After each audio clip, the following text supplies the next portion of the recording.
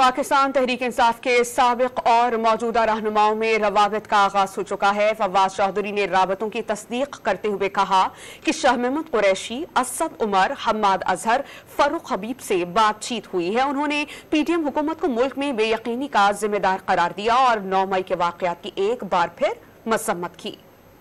हमारी जो पीटीआई की साबिका लीडरशिप है उसके साथ हमारी गुफ्तगू शुनीद हुई है। असद उमर साहब के साथ हमारी तफसीली आज गुफ्तगू हुई है।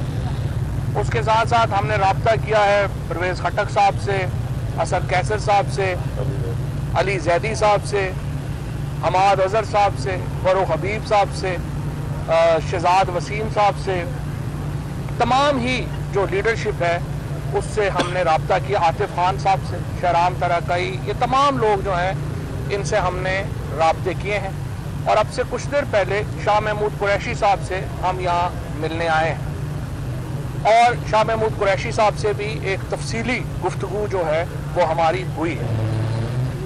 हमारा मानना यही है कि पाकिस्तान को एक मुस्तहकम हल की तरफ जाना है। हमें इंशाअल्लाह ताला जो सलूशंस हैं वो निकालने हैं, सलूशंस की तरफ जाना है और हम सलूशंस की तरफ इंशाअल्लाह ताला जाएंगे। हमें पूरी उम्मीद है कि हम ये जो मुश्किल वक्त आया है, हमारे जो बेशुमार लोग ऐसे भी हैं जो कि इसमें अभी जेलों में गए हैं, जो कि शायद बराह रास्त उस तरह से इस मामलात से जुड़े हुए नहीं थे।